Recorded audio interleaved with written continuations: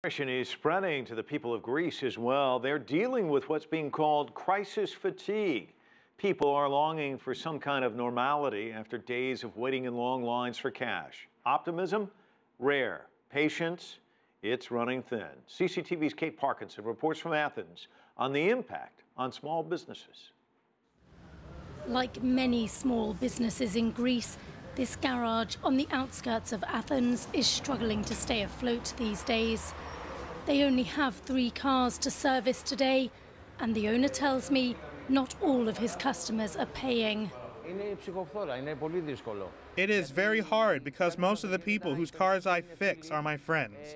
I am asking them for money, and they can't pay me. It's really hard for me to keep my employees. I have already fired 1 person, and the 1 employee I have, I told him I can't keep him because there is no work. I cannot pay him. For more than a week, bank withdrawals have been capped at €60. That's about $67 to prevent a collapse under the weight of mass withdrawals. Even so, the banks only have enough cash for a few more days. Business has ground to a halt. Small enterprises are particularly vulnerable to the economic gridlock and looming bank collapse. Small businesses have always been vulnerable in Greece because they don't have access to liquidity from banks.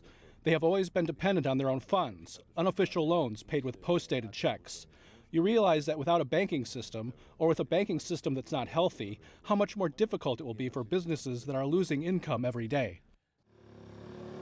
In one of central Athens' main shopping districts, there are rows of independent boutiques. They are all feeling the effect of people having less cash to spend. People are browsing, but few are purchasing. One clothes shop owner tells me since the banks closed, his takings have plummeted.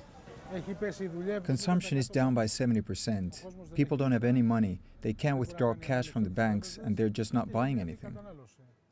So far this year, 8,500 small businesses have already shut down in Greece. That's 15% more than during the same period last year. And the fear is that unless the economic gridlock in Greece ends, more businesses, small businesses like these, will be forced to shut their doors forever.